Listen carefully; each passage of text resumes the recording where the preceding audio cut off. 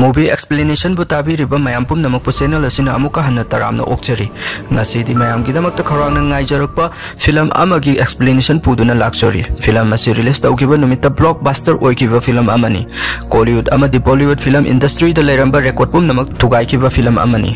mamingna RRR kawi film asi 2022 ke March 25 ta release tawki film asi ki director na SS Rajamouli story na KV Vijayendra Prasad producer na DBB Danaya film asi da saktam langliba singdi Komaram Bingi saktam da NT Ramarao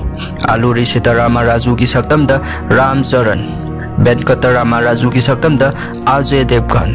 Sita ki saktam da Alia Bhatt Yang Sita ki saktam da Spandan Chaturvedi Mali ki saktam da Twinkle Sharma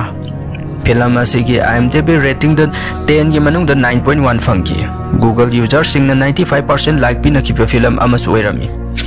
fare mayam ki matam manghan da explanation asi bu tawna ba hauserage so 1920 dagi India da British na palingai matamni Adilabad district ki Gond tribe sing na khundaba lam amada British General Scott ki nupi aduda khun adugi mali kaugi nupi masa amana makutta phajaraba tetu ama yak pirami tetu adu bayeng na nupi masa aduna nungsiraba isai ama su saklami Scott ki nupi aduna isai adu tabade yamna pamlami British ki Scott adu su mafam aduda laklami magi nupi na mangonda tumina hairami ai nupi masa asi pami ai khoi da thamlaga isai sakhanduna ai ki pothabam oi ki hairami Scott na magi sipai amada paisa pina ba hairami sipai aduna chandi khara nupi masa adugi mamagi mamangda langtharami nupi masa adugi mama na ngakna yenglami nupi masa gi mapa na mama da hairami naza nupi ki isai asida nuksiduna pirakpo oramgani lausillu haina mama adusu paisa sandi adubu lokhatki British Scott ki nupi aduna malibu makut paiduna puraga gari da hakwatlammi gari adu thauba haukirami mali ki mama na khangle paisa asi masagi mamal piramni bani haiba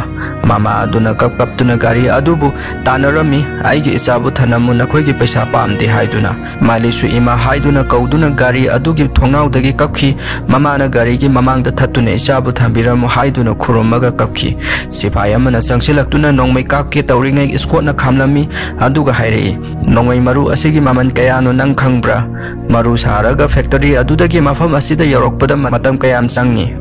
nongmai maru pamui hairami maligi mama na khalli ai hinglani haiba adubu sifai aduna mafam aduda taduna leramba utup amana khanghaudana makokta thomduna hatki minungsi kaya da laikhidraba British ki sifai aduga Scott amadi makhoi ki sifai malibu puduna chatki maligi mapa na mama si badu ubada thamoi kaina kapsaki khunja mayam adusu nungaitana loina makapnaki mathangi sinda yamlaba miyam ama British na leiriba mafam aduda protest tawki British ki effigy saduna mai su thaki makoina protest tawriba ki maramdi Delhi ki mafam amadagi Lala Lajpat Kauba makoi ki leader ama faki madu thadu o haiba ki damakta protester singna protest tawkibani protester adugi maraktagi nupa amana nungna langsilakpada British ki faklang da thetliba mathauna leiba British ki officer lanmi amagi photo kaiduna taraklami madu ubada British ki officer amana yam sauraduna order tawrakhi nungna thomlakliba nupa asi farau haina adubu mafam aduda leiriba sipai sing adu amata changba ngangkhide protester sing aduna masing yamkiduna kinarami Sanction bagi mahutta matung loina hanarami sifai officer India masa ama khakti mathauna leina leptuna lerami nupa ase atai kanasu nate film asigi lead role lauriba Ram Charan ni mahak asi film asida Aluri Sitarama Raju korami aduga mayamna Ram haina su khangnarami Ram yamlaba miyam marak aduda jongsanduna nupa adu fana bohonaki miyam aduna su Ram da masing khangdana khutharai Ram su yamna kanba thauba oibanina fight taunarami Ram yamlaba miyam adubu fuki miyam duna su Ram da fuki Ram ki masada asokpa kayamarom yauki adubu mathauna hanba leiti asumna fana kuina fight taunarabagi tungdar Ram nung tharkiba nupa adubu faduna pujalakhi British officer aduna Ram ki mathauna adu ubada ngaklami Ram I tairaba mamai chamthoktuna magi tupi adu upsellaga protester adugi mamangda amuk lepki protestersing adusu phane yamna sokhi Ramgi mawong adu ubada kiduna mafam adu thadokuna sienaki mathangi sinda British lanmi singna mathauna leibasing khangatuna promotion pirami adubu Ramdi piramde Ramgi mathaunagi hairurabadi phangpham thokpani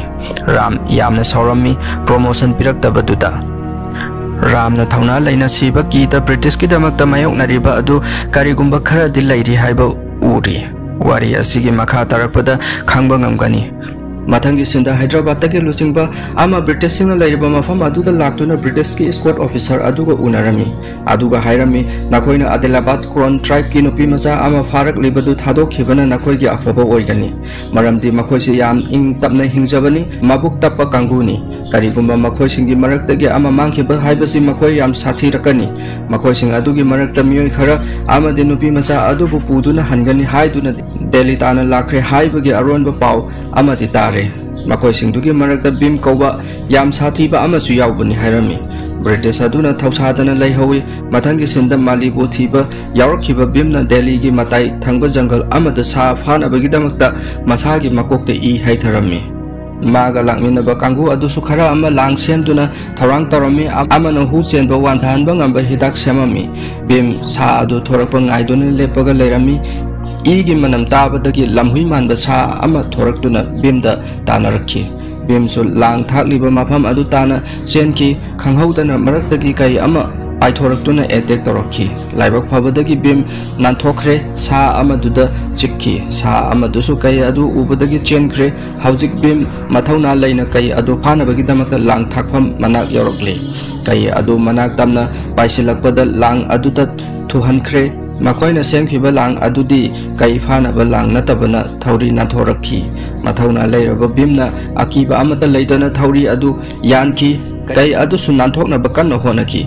last kai adugi safu aduna thauri adu tatuna bimda charage matagum chongsilai bimda magi khongpuroi aduna hu chenbe hedak adu langlaklami bimna hedak adu thauna leina kai adugi mamaida thongphi kai adu wanthakre mahakna kai asi Malibu lauthokpa chatpada sizinanaba phabani asumna atai sa makhal kharasu phaki bim maligi leifam thirakpa tha taruk phakre sak lotuna thibasina yararoi khangbadagi aktar kauba muslim amagi saktam lauduna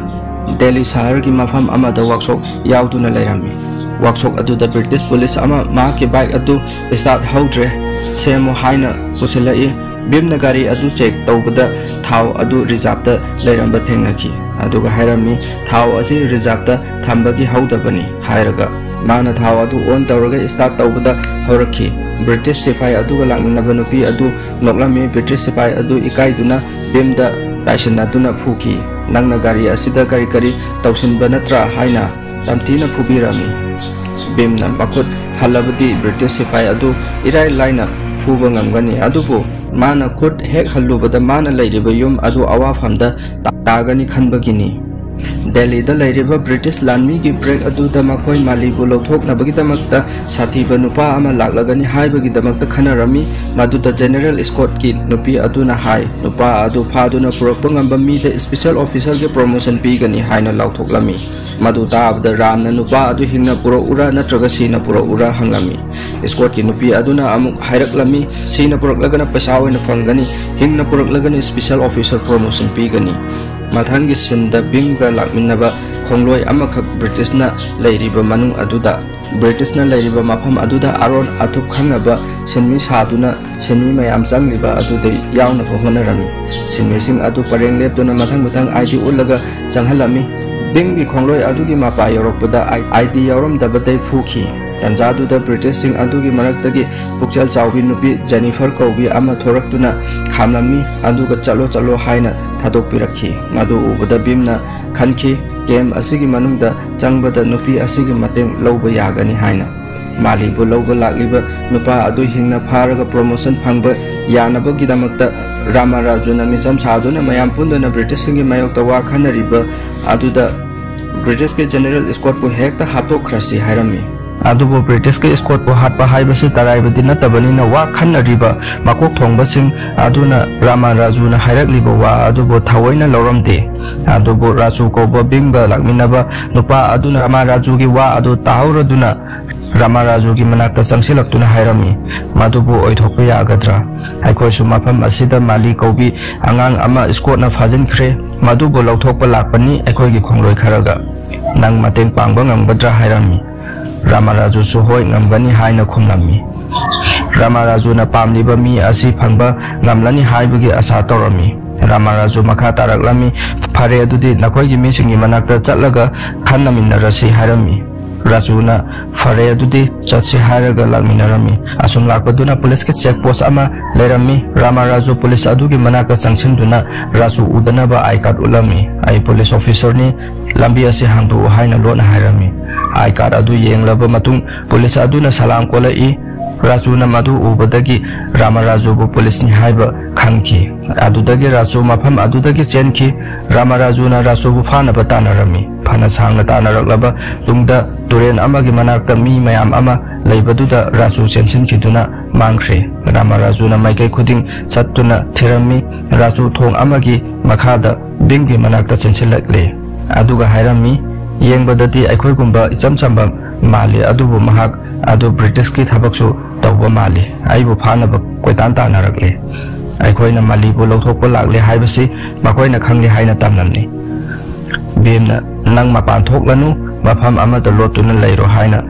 chalhanki Ramarajuna Raju mafam khangdana mangkhiba aduda yamna saunglami thong adugi mathakta kaduna mi mayam teliba aduda koyeng yengki matang asida bimna turen mapan aduda nga phaba haiba angang amada nga pharu haina pesa piraduna angang adugi lobaki hi aduga mayai tana phaba chatki Ramarajuna leptuna leiriba thong adugi makhada thauko train ama pokhairaki akaiba mai chaklaba train gi machena angang adugi manakta tasinduna angang adu khotong thiba taduna leiri bimna angang adubu kanminna se haiduna turen mapan aduda leiriba miyam aduda haijarami adubu amata mateng pangbina ba tholaktre phibam asi thong mathaktagi Ramarajuna urami Ramarajuna bimda makhut thangatuna angang asi kanminna se haina isara tarakhi Ramarajuna bimbu thong mathakta lau haina isara torami bimsu panthaba tawduna mafam aduda leramba gari macha ama hekta kakhatuna thaukhre Ramaraju gi manak yaunaba Ramarajuna asangba thauri ama makhangda kisimkhre aduga sagol ama sutongami Ramaraju gi thauri ama gi machin bigmi makhangda kisalami makhoi ani thong adugi nakan nakanda chongtharami Ramarajuna flag ama paiduna ising tolhalami mathakta akaiba thau tingki tarakpa suleplamde mathakta tarakpa akaiba thau tingki amana angang adu nan kadabagi khajikta ngairaba kanda bemna angang adubu makut paiduna chingkhatlami aduga Ramaraju tamna angang adu langki Ramarajuna su flag adu bemda langkhre Ramarajuna angang adu oklaga laikangda langki bemna ising cholaba flag aduna masa pumba yasinduna mai marak aduda changkhiduna saktanaba honarami Ramarajuna bim maina sakrabra haina mathwai nungairamte bim mainungdagi kaisu tawdana paithorakpa ubada haraurami mai pakna angang adu kanba ngambada makhoi ani haraurami Ramarajuna mahaki maming Ram kawi haina saktaklami adubo bimnadi magi maming Akhtar kawi haina taklami numitudagi makhoi ani wakhal manaba yamna luna tinnaba marup oikhi numit asida maiga isinga punba numit oikhi film asida Ramarajuna maigi sakam ulli bimbuna isingi sakam oina ulli mathangi sendal layekpa nupa amada Ramarajuna Rajugi saktam hairaduna yekhalami aduga ayekpa saktam adubu uduna mi khudingi yenghanduna ubra haina hanglami adubu thiba phangkide mathangi numita Ramaraju amadi bingba chak chaminarami chak chaminaba aduda Ramarajuna magi sikraba manaw nupa bu ningsinglai bimna makhut oina chabadu ubada aduna Ramaraju bu bimna nungsiba asum helaklami Ramarajuna phangnanaba thiriba misak adu maga nungsi chanana marup oiduna leiri haibasi mahakki khangdri Ramarajuna mahakki nungsi jaba sitagi maramdasu bimda khanghalami marak sida Ramarajuna bimgi khongloi rasubu thiri haibasi madi khanghalamde bimna mahak mafam aduda malibu lauthoknaba lakpani haibasi Ramarajuda khanghalamde mathangi numita bim amadi Ramaraju baik thauduna lai bemna hairami nangna thiriba mi adubu kanano hanglami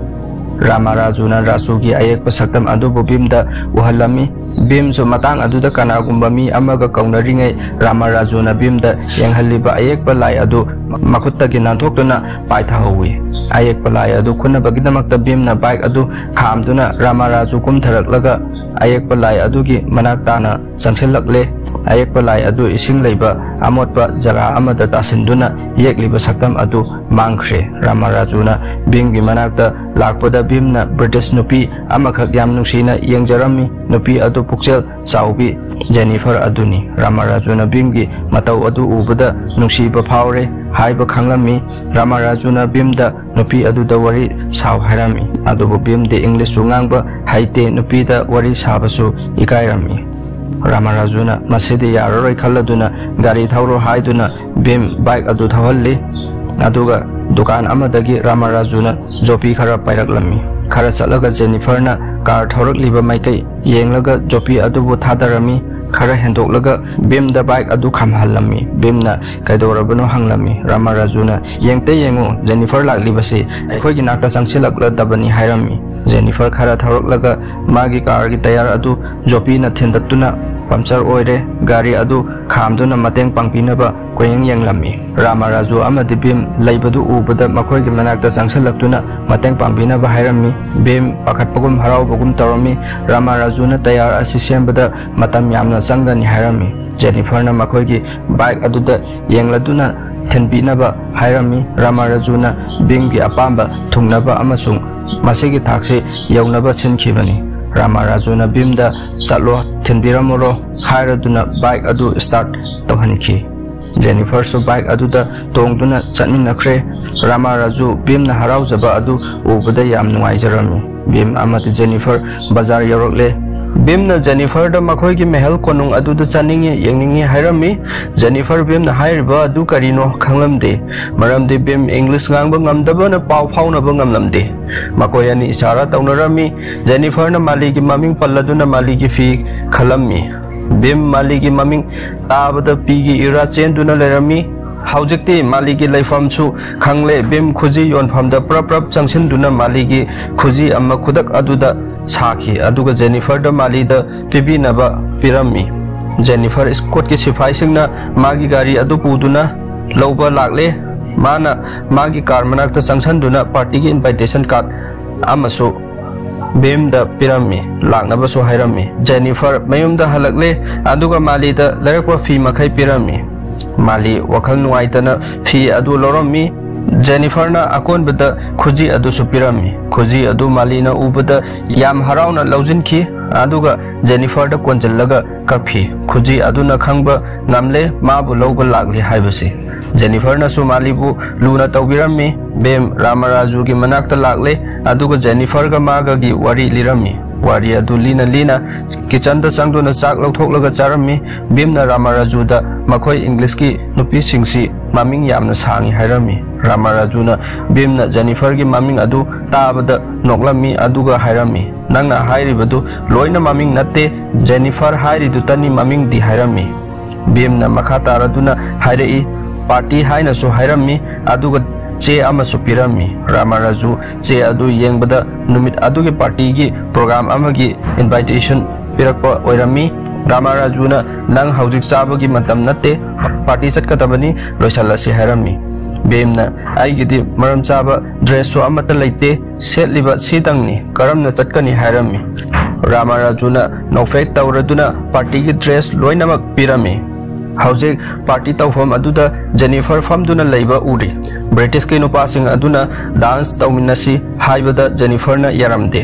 ngaihak leiraga Ramaraju amadi bem coat suit tawduna yamnana lagle Jennifer na bem lakwa ubada bem gi manakta chenchin ki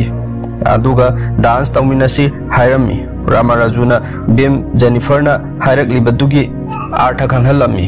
aduga dance tawba adu yare haina Ramarajuna oina khumbirami Jennifer su bem nungsiba horaklabani Jennifer gi mawong adu ubada British nupa aduna saurami haujik Jennifer amadi bem dance tawminarami bem di makhoi gi dance adu kaya haitabana Jennifer na takpirami British nupa adusu nupi amaga dance tawduna bim gi makhong da khurau thaduna tuhalami bim na tubada mafam aduda haimahi yeliba nupa aduda thengjanki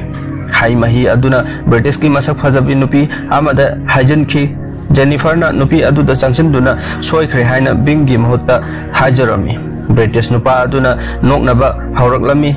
nakhoi gumba amuba mina aikhoi gi dance si haiba hauna de haiduna matang asida Ramarajuna phajaba sin amagi matang lauduna drum yai thaba hawrakhi bimsu akiba foramba adu thauna hakolakhi Ramaraju amadi bim isai phajaba ama saktuna British dance adubu Ramarajuna bimbu khudak aduda haihanki amasung makhoi ani gi dance style adu ubada British nupi makhoi su yam pamna matung injarami Jennifer amadi bim mideng sanaba hawrakhi isai adugi manung aduda competition amasu taunarami competition aduda Ramaraju bim amadi British nupa makhoi ahum khak ngai hore ataidi waduna loina bom tanakhre ngai hak songlabagi matung British nupa adu suwamanduna tukhre Ramaraju amadi bim makhoi ani hanaba leitana dance adu taurami Jennifer na competition adubu bim na ngamhaningba ubada Ramaraju na tusinaba saduna bimbu ngamhankhre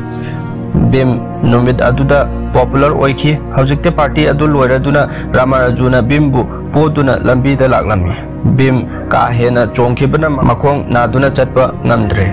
Jennifer gari thauduna lakle aduga kaidaurabano haina hanglami Ramarajuna makhong asi naduna chatpa ngamdre hairami Jennifer na ai drop taurage aikhoige mehelda coffee thakminaraga thilaklagi hairami Jennifer bimbu yam nungsijarami bimna mehal aduda changlani khangbadai maligi wakhal tauki Jennifer bimbu puduna car thaukhre Ramaraju makhoi anigi naksanaba aduda haraujarami Ramarajuna leptuna laihauba aduda car adugi maningda rang machu ama urami rang machu adu rasugi makuttasu chuki adu oirabadi workshop ta rasu phanglani haiba Ramarajuna khanglami mathangi sinda workshop ta laktuna Ramarajuna rasu thiraklami tanja aduda Ramaraju urami aduga chenba hauki Ramarajuna su rasu chenkhiba adu urami lamsam tauduna mamangda thatuna phaki chen amadana Jennifer ga bingba British ke game aduda yaurakle game adu gate ani pali ahan ba gate adu hangdoktuna changlaga gate adu lon khigani aduga ani so ba gate adu amuk hangdorakani gate ani tugi marakta yamlaba security laiduna section na scenery Jennifer na bimbu manungda pusalaktuna coffee thau haina pirami tanja aduda malina isai sakpa tari bimna Jennifer da chaklami hairami Jennifer na asa thak loba changkhringai bimna maligi khonjel adugi maikai thiraklami bim lakpado malina urai malina bimbu karoki bimsu maliga thengnare makhoi ani kaminarami malina aibu mafam sidagi lauthokpa lakliba natra aibu puro hairei bimna nate nasidi nangbu puraga chatpa yaroi nongma ai nangbu soidana lauthokpa lakani hairami malina ai mafam sida lainingde aibu haujikmak pubiyo haina ningai tarokhi bim maligi maong aduda khangba ngamlamde bimna makha tarai yengo mafam sida aibu nangi nakta leiba ukhrabadi makhoina aisu soidana phakhini aduna nasidi ai nangbu puba ngamloi dauri nongma soidana lauba lake hairaduna nuksiba isayama saktuna themlaga thalamle adudagi bimna malibu lauthokaba yadre asumna kina leibasina de malibu lauthokpa ngamlaroi haujikti phone attack tauduna malibu lauthoktaba yadabani maduda thengnaba khudingmak pusu hatokani hairam bimna makha taraduna hai rasudi kadai da leikre haina hanglami adubu somda rasudi Ramarajuna faduna thamlami aduga rasu tamtina fuduna malibu lauthokpa lakliba nupa adu kanano kadai da lei haina hanglami Rajuna haidoklamde Ramarajuna rasu makhong makut thudekpa makhai phukhi Ramaraju gisu karigumba pandam ama laibagi damak thamoi kanna tauribani asomdana Ramaraju gi khungangda miyamna Ramaraju gi girlfriend gi manakta laktuna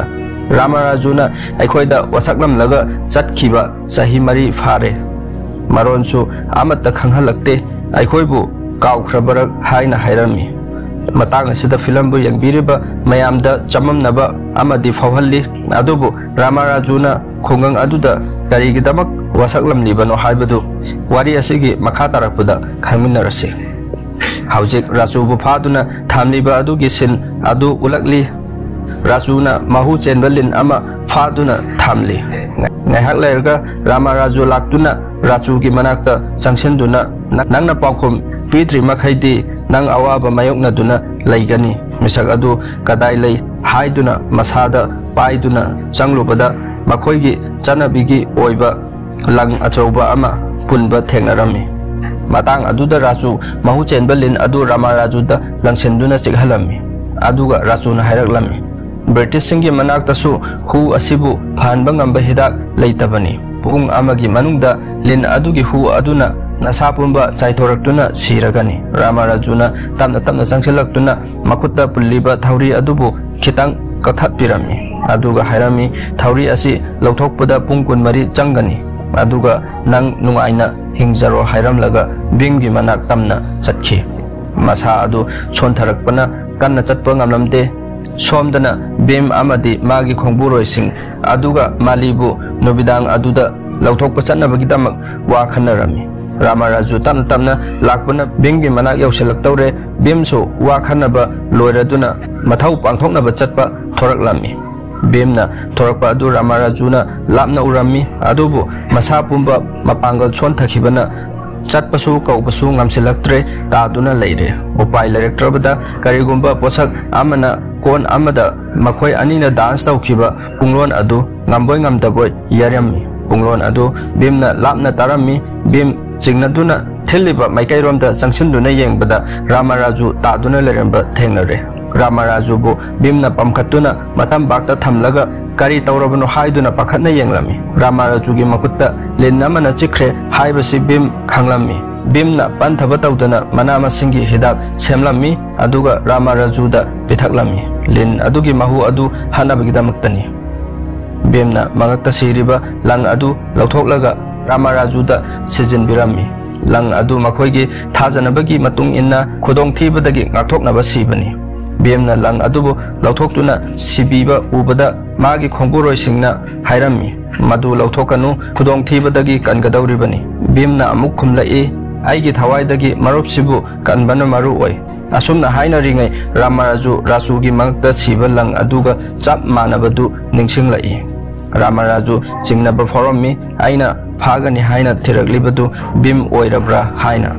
bimna marengbanda thangatuna magi roomda puduna phamungda hifalami aduga hairami marup haujikti nang kaisu tawraroi hayeng nongalakpada nasakalamlani hu asibu tamna mangkhragani ai ngasi thabak aruba ama chakadabani nang nungaina potha horo hairamaga bimna haugatchi Ramarajuna bimgi makutta yanki bim amuk manakta phamduna hairami marup ai ngasidi nangonda matam kuinadagi lotuna thamlakpa asengba saktam haige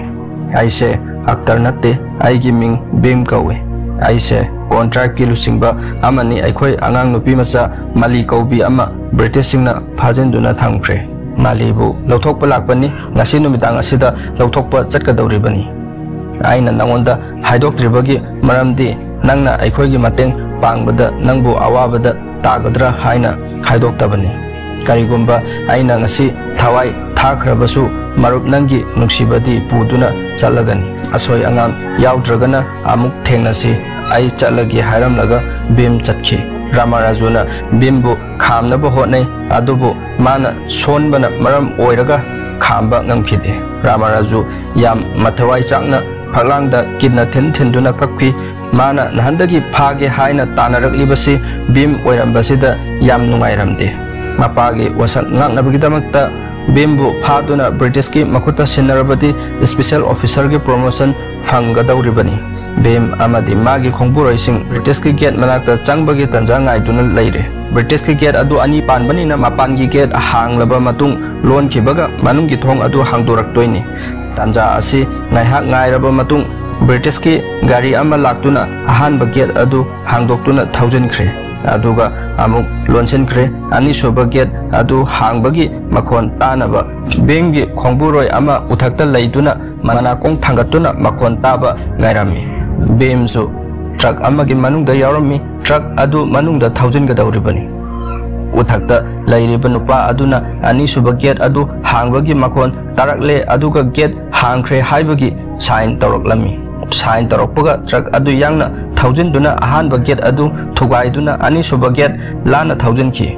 manung yaurabagi tungda angakpa mongda bim makutta maibun ani paiduna truck adudagi mana phaduna thangkhiba sa kai mayamga loinana chongthorakhi sa kai mayam aduna British ki sipai singda tana duna chikhi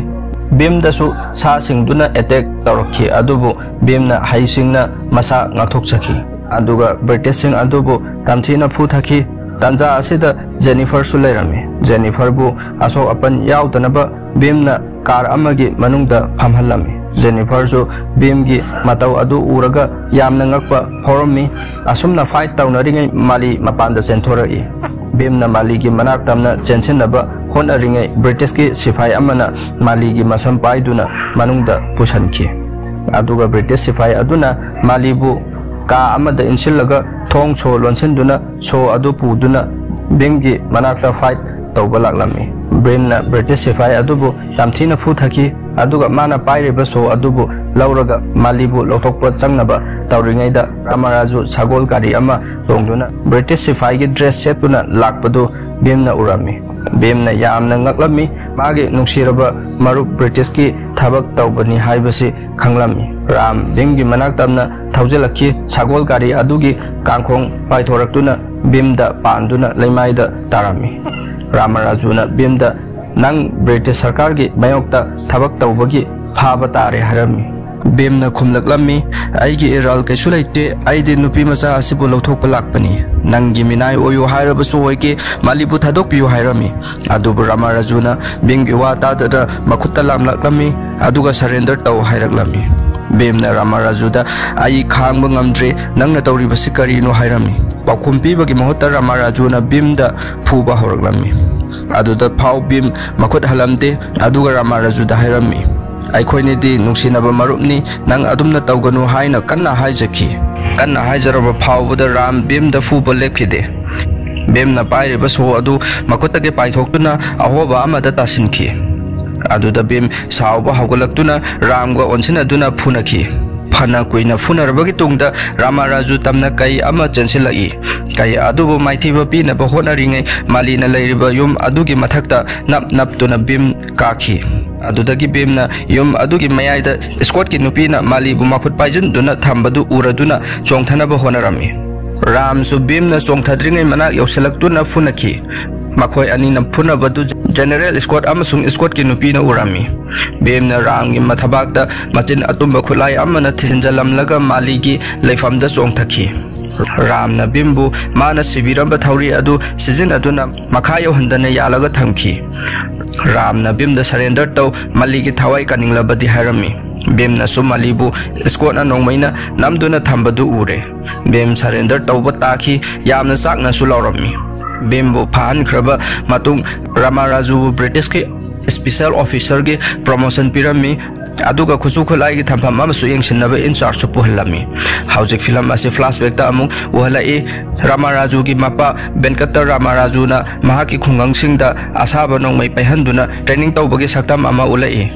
Venkata Ramaraju hanade British ki lanmi orambani nongma khungang amagi lusingba ama loipot pi de haibagi damakta British ki lanmi singna nungthangna thomba ma hatpa urubadagi thamoi sokna nungai khitaba leikhibadagi nongmai amasung maru khara paiduna mahaki thabak adu thadoktuna magi khungangda halakhibani aduga mahaki khunjasingda training piduna British singi mayokta ningtamba phangnaba lan haunaba sem sabani Venkatana makhoigi khunjasingi marakta amade British ki police yaurunaba hairami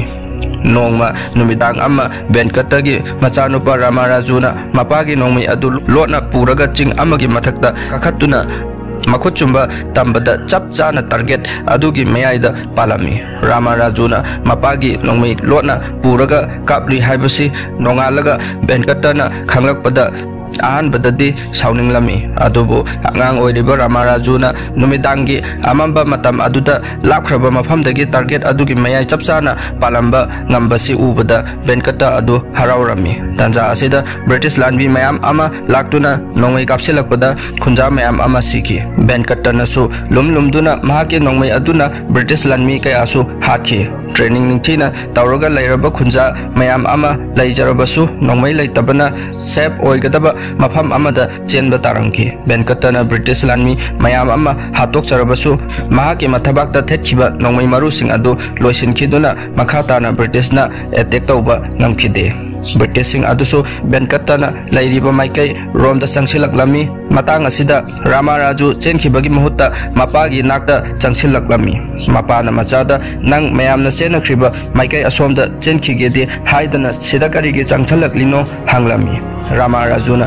mahakna payakba fi ama soro singsalai benkata na thamba nongmai maru yauba ugi box adu benkata da pina bagidamakta changsilakpani haiba ulakhi aduda box adudagi nongmai maru lauthokuna nongmai da haptuna British sing mathang amuk hatpa hauki British ki lanmi sing upai lerektrabada u mathakta makhoi khara kakhatuna benkata da nongmai kapsilakhi makoina kablakpa nongmai maru aduna benkata gi khocha ama talami manangandasu maru ama palami benkata asokpana maram oraga nongmai kapa ngamdre machanupa Ramaraju da nongmai adu piduna British landmi singbu mathang kaptuna halhalami nakan amada benkata gi machanupa atomba amati magi nupi British ki nongmai na panduna siki madu ubada Ramaraju asuki matik thamoi sokna kakhi mapagi yathangi matung inna asiba mama amadi manaugi manakta changbagi mahuta British sing mathang halami Ramaraju na British landmi sing mathang halakpasida landmi sing adu changba kiraduna maning hanba hokre adudagi benkata na Ramaraju da hai yengo nongmai amakhakna makhoibu maning handok hanba ngamladi khunjasing sigi khutta nongmai loina pairabadi aikhoida kadai foba tawba ngamgani haibadu khallu aduna khunja khudingmakki makhutta nongmai amamam paihangani haiduna wasau hairami mapagi khucha talaba ina punganglaba makhut adu paiduna wasakhi aduna Ramaraju na nahan makai honaraglibasi mapagi wasak adu ngakna bagidamakta British ki kemdagi khulai mayam ama puduna halaknaba honabani haujikti mahak special officer fam adusu fanglabani na mikop adu nakchilakle adubu mahaki pandam adu fangnaba honabada mahaki nungsiraba marup amabu mirai kiba adu ningsingduna nuaitaba su phawrammi Ramaraju mahaki nungsiraba sitada chithi amasu irami maduda atuba matamda khulai sing adu puduna lakpa yabagi tanja adu fanglaba yai hairami aduga aigi pandam asi fangnaba honabada aigi nungsiraba marup ama mirai khre aina tauribasibu chumlibra lalibra khangre hainasu iraklami mathangi sinda general squad na bimbu miyam mamangda dandi pina nabagidamakta puthoklammi matung manau India macha amatana British ki mayokta lam helaktanaba bimda piriba chairak adu mayamda yenghangadabani hairami bimbu dandi pigadaba misak adu su Ramaraju oirami ramna bimda hai khu kunthaduna naran yazo lale haijo adubu bimna squatta nonjabagi mahutta wa machet amata ngangdana tumina adum leptuna laiba adu ubada squat ki yathangi matung inna Ramaraju bimbu phuba hawraklami Ramaraju na pamlibadi bim khu kunduna phuba tokpa aduni Ramaraju na phuna bimbu kunhanba yanaba bingi makhongda pulliba joli adu makhong situna phau chinglami adubu anam kanna khangliba bimna makhongda I tap taraba phawbada khu kunthadana khangami madu ubada scott ki nupi aduna tinghang panba sajai asina phu haiduna Ramaraju da langtharei Ramaraju na bimda hai khu kunthau bim natrabadi nang phubada soidana siba tare tanja aduda nongsit silaktuna una sing pairami una amana bingi mamaida paisilaktuna nablammi adudagi bim mathauna hakulakpagi oina thokre chaina adu khangna isai amasu saglakle Ramaraju na tinghang panba sajai aduna bimbu phuba horaklammi Ramaraju tanatana British ki lanmi singsu yaukselakduna Bhim sathina phurami Bhim gi masadagi paithorakpa ikheng Ramaraju gi mamaida songlami Ramaraju na I taithokpa saduna mapisu taithoklami kananasu ukhiden nuksiraba marup amabu yeknabagi misangda leptuna upai leitaba tanja phibamna maram oiraga asuk tamthina phuba haibase kanagi thamoi puba ngamgani Ramarajuna Bhimgi maklapta netharabasu Bhimna khangduna laikhibana khuu leibak taramde makhongda arumba yotumna amuk yantharami China khangba ngamdraduna lawrokpa Bhimgi khonjel tabada yenglamliba miyam adu thamoi kairami Bhimna wantharamdaida yamlaba miyam aduda yenglaga makut tingthoktuna tawramba mawong adu ubada miyam adu sauningba khangba ngamlaktradana chansilaktuna British landmising aduga fight taunaki tanja asida Bhim wanthaduna leimaida taduna leire Ramarajuna Bhimbu thangatuna gari mathakta hakot halami Bhimgi isai amasung mawong aduna yamlaba miyamgi thamoida laman khuningbagi wakhal pokhankiba adu Ramarajuna angakpa poklami mathanggi senda yamlaba khuchu khulai yengthoknabagi thaudang ama Ramaraju da piraklami mapada saklamba wasak adu thunghallagani khanbada mahak haraujarami numit adumaktada Bhimbu phasi tawduna hatpagi numitchu tarami aduna Bhim amasung malibu nanthokduna chenkhinaba yanabagi damak Bhimbu jaildagi phasi tawbagi mahutta Jamuna turelgi mapanda oina phasi tawnaba squatta hainagani hairami maduda Ramarajugi makhura aduna kariwano nangna amuk pusalaklibasina hairakpada Ramarajuna hai ngasidi ai mayek sengna uba ngamle hanadi aina khalami ima leibaki damakta ima leibaki miyoi sing thawaina pontha pibadu karisu kaide haina makhoi sing adugi marakta Bhim su amani haina Bhimbu phankhiba adubu ai haujikti khangle Bhimdi maigi ching amagumlabani Bhimgi isai amana miyam sing adugi thauna hapki maduda makhura aduna amuk hai aduga nangna sahi tara chupna wana honaraklaga haujik phanglaba matam asida nangi tanja asi amuk manghenga dauribra Ramarajuna amuk hairaklami sahi tara manga amaga amuk khanglaba su khangani adubu Bhimgi thawaibu kathokpadi tawhalloi ipana mi khudingmakki makhutta khulai paihanba pangkhibani adubu Bhimnadi mi khudingmakbu mathamakbu khulai onthok hanki madugi thauna adu mipum khudingmakta yauhanba aina pami maduda makhura aduna amu hairaklami ichanupa munadi khallu khudong yamna thigani thawai mangbo phau yai harei Ramarajuna Bhimna haikibadu ningsingduna momonokduna hai karigumba thawai tharabasu harau harauna kathokani mathangi sinda Ramarajuna general escorta Bhim asi jail asigi manungda hatpagi mahutta Jamuna turel adugi mapanda mali hariba angang asigi mamangda hatsi harami Ramarajugi wa adu escort na pamlami ayaba supirami Bhimbu puduna chatkadaba lanmi sing napaigadaba nongmai sing adu Ramarajuna kapayadanaba bera tawhalami Bhimbu phasi taunabagdamakta punaba garida hakolakpa matamda Ramgi makhurana upai ama thiduna Bhimgi makhutta blade ama yohalami mathangi numita sinakhiba plan ki matung inna general escort ka Ramga handshake taunaduna escort mang tharaga thaukhre Bhimbu phasi tawraga hanabagdamakta escort na Ramga maligagi mawong mato amade Ramgi makhuttagi amotpa palakpa adu uraga chingnaba pharami tanjasida escort ki gari dagi Ramna hengatuna yangna thogatki escort na karigumba kharadi tawrakadaure khangladuna mahak driver gari adu yangna thogatnaba hairami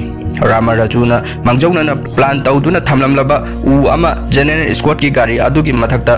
hai thanduna nanhannaba honarami adubu u aduna general escort pudi nanhaudre gari adugi maningda nankhre adudagi escort na Ramgi gari da nongmai aduna kalakpada gari adu accident thoktuna Ramarajudu gari adudagi paithoktuna tabada machin tumba u amana mananganda thenki malibu mafam adudagi nathoktu chennaba hotnarakpada British ki landmising aduna maligi matungda tanarakpadu Ramarajuna nongmaina kaptuna hatoklami somdasu phasi taunabagdamakta sem saduna leiriba Bhim adu mahak makhut pulliba adu blade aduna kathatpal loiraduna manakta leplamba sipaising adu phuba horaklami sipaising aduna Bhimda nongmaina kapke tarokpada makhoigi nongmaising adu amata kappa yaramde Ramarajuna yadanaba semkhrabanina malisu som chelakpaduna Bhimna leiriba mafam adu yaroktuna Bhimgi manak tamna chansilaklami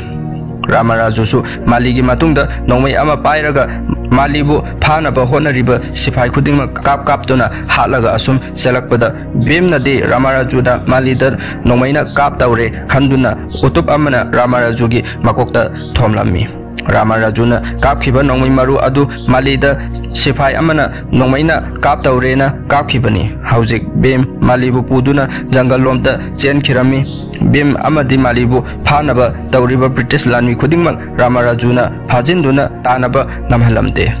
Adudagi flashback da Ramaraju Mahak Kunjasing Amade Sita Nongmai Sing Soidana Purakani Hairam Laga Satkibagi Sin Ama Ulagli Bim Amasung Malibu Nadoktuna Chen Kiba Takara Haukre Mali Amasung Bimbo Koiti Tirami Makoi Anigi photo Yaubo Wanted Taba Che Kaya Amaromsu Telami Makoibu Pabangambada Lising Tara Pigani Haina Che Aduda Hapami Skotna Ramarajubu Unaba Lakpada Ramaraju di Karisun Nasungba Tauduna exercise Tauduna Leramba Tengnaki Adudagi Skotna Sifai Kara Tajilaktuna Ramarajubu Makong Tudek Halami Aduga Lainungi Apikpa Jail Amada Amuk Hapchalami Mapam Amada British Lanmi Mayam Ama Laklami Bim Amadi Malibu Thibani Makoina Laklibasi Yum Aduda Sitasu Lerami British ki Lanmi Sing Adu Changsilakpa Ubada Bim Amadi Mali Yam Pakatna Lotna Bahone Sita Madu Ubada Centhoraktuna British ki Sipai Aduda Hairami Mapam Sida Sokna Samnaba Yadaba Laina Ama Lay Smallpox na Ayamba Narabani Aduna Anabasing Asibu Dr. da Pubada Mateng Amta Pangbiyu Hairami Sipai Amana Sitagi Mabukta Kausilam Laga Sipai Sing Adu Chatkre British Lanmi Sing di Smallpox Hairiba Laina Asi Yamnaki Aduna Mapam Adu Thadoktuna Chatkre Sitana Bim Amati Mali Makoi Singbu Pizza Pithaklami Aduga Wari Watai Sarami Sitana Bim da Hai Aigi Ming Sita Kawi Bisaka Patanam Dagini Aigi Lohong Nabagidamakta Haina Singnariba Nupa Adugidamak Lakpani Mahang Delhi Asida British ki officer oina Tabak Tautuna Laibani Sitagi Mangaksam da Siba Ramarajuna Pirakiba Nuksi Kudam Adu Bimna Uraga Sita Asi Ramarajugi Girlfriend ni Haibasi Kanglami Adudagi Sitana Makoi Kunganga Tokiba Haukraba Wari Kudingmak Bimda Lirami British Singa Mayok Nabalan Pamda Nongmai Maru Amaga Bom Karakaktaga Ngairak Labada Ramarajugi Mapa Benkatana Mabukta Bom Sing Aduki Salaga Surrender Tauba Saduna British Adugi Manakta Sankraga Ramarajuna Mapagi Masada Yepkiba Bom Sing Aduda Amata Ngairaba Nongmai Maru Aduna Kaptuna Yamlava British Lanmi Sing Wakai Handuna Hatkibani Sitana Amuk Makatara Duna Bim the High Mahakna Yamlava Nongmai Mayam Ama Puraktuna Kunja Sing the Sinabagi Matang Yorok Labani Adobo Madu Pangnaba Honabada Mahaki Nuksiraba Marup Amabu Mahakna Miraiki Hairami Mahaki Pandam Pangnabagi Damakta Mahaki Marup the Statakiba Tamtiraba Lichaching Aduna Mahaki Tamoi Kaiki Haina Sutamlami Aduga Sitana Makatana Hari Maki Marup Adubu Tadoknaba Amadin Natok Hanaba Honabada Mahak British Singna Pazinduna Jail the Tamkre Nasidagi Numitini Leraga Mahakpo British Singna Fasi Tautuna Hat Kragani Haina Sakarna Angon the Che Ama Tari Wari Wakong Adu Kanglak Padagidi Bim Adu Mahakpu Kanabagi the Makta Honakiba Mahaki Marupu Mahaki Makut Magna Sirasanu Haibagi Matagum Langtok Lamle Kanbada Yamna Ningam Daba Paurangami Adudagi Bimna Sitada Ramarajubu Soidan Jail Dagi Lautokuna Purakani Haina Wasaglami Aduga Satki Bimna Jennifer Dagi Game Adugi Map Ama Lauduna Lambi Punamak Kanduklami Numidangi Amambagi Kudong Chaba Lauduna Bim Game Adugi Manunda Jangaklami Mapam Aduda Jacksona Gat Mayamama Laibana Konjel Tokna Ramarajubu Kaubadi Yadabanina Bimna Makoinigi Punglon Adu Laibakta Tenduna Ramarajugi Laifam Tirami Bimna Tilakpagi Makon Adu Ramarajuna Su Lainungi Jail Manung Adu Tarami Makon Adu Tabada Ramarajuna Su Jail Adugi Falangda Tilami Asumna Makoi Ani Tenduna Pangnade Ramarajuna Bimbu Ubada Kapna Kapna Hairaklami Karigino Nangna Sida Lakli Basi Hairami Ramarajuna Bim Lakpa Aduda Mabu Habi Kidra Haina Wazaki Bim na Sitagi Lik Adu Uhalami Adu Ramarajugi Makut Pairaduna Kaplam Ramaraju की मखुत पायरदुना कपलगा आई यामना लानख्रे नंगना आईगी दमक्ता कथोक्तुना अवाब कया खांखी अदुगा आईना हायरगा थमोय सोकपा हेनमनखिबना वाही मपुंग फाबा ngamdana kaplaklammi adudagi bemna lainunggi jail adugi thong adu phakairaga Ramaraju bu lauthokduna mareng banda tonghallaga chelakpa horakki matungda British sipai mayam amasu tanari madu makhoi anina fu duna chenki adudagi makhoi ani yam haisingna tawar amagi mathakta kakhatlaga jungle lomda chongthaduna chenkhirami Ramaraju gi makhong atekpa amasung hakchanggi asokpa khudingmak bemna hidak haptuna phahalami jungle aduda leramba lai gi murti adudagi lirung amasung tenjai laurakduna Ramaraju da pirami jungle aduda makhoi ani bu thiba changlakhiba British landmi sing makhoi ani khaktana maithiba pirami Ramaraju na ten kapla duna British ki landmi sing hatki adudagi bim Ramaraju na isara tawduna hairami bike adu British ki kem manungda thoujinaba bim so Ramaraju na hairiba mapa adu tamna bike adu thauduna masa chongtharaga bike khakta paijan hanki bike aduna tasingadawriba jaga adu British singi khuchu khulai thamliba mafam adudani Ramaraju na mahake tenjai matonda mai chakhanduna bike aduda em tamduna kapki bike adugi tingkida panduna makhoigi ke manung adu yaubaga pokhairakle mafam aduda pokhaiba yaba bom kayamarom yaubuna mathang pokhairaktuna British landmi sing loina siki amasung squad ki nupisu siki aduga general squad pusu bemna nongmaina kaptuna hatoklami adudagi Ramaraju amadi bemna yamlaba khuchu khulai puduna laklaga sitagi khungamgi mioising aduda sinarami Ramaraju magi mapada sakhiba wasak adusu thunghalami Ram amadi Sita su thungnarami aduga Bimga Jennifer ga su thungnarami asumna film asi matang asida loisinkhre aina tawjariba explanation asida asoiba yaurabusu mayam pumnamakna ngakpiyo haijari channel asibu nuksibiduna like share amadi subscribe tawbiramu mathangi video nungaiba puduna lakjage nasigidamakta di mayamdagi bidai laujari thank you all.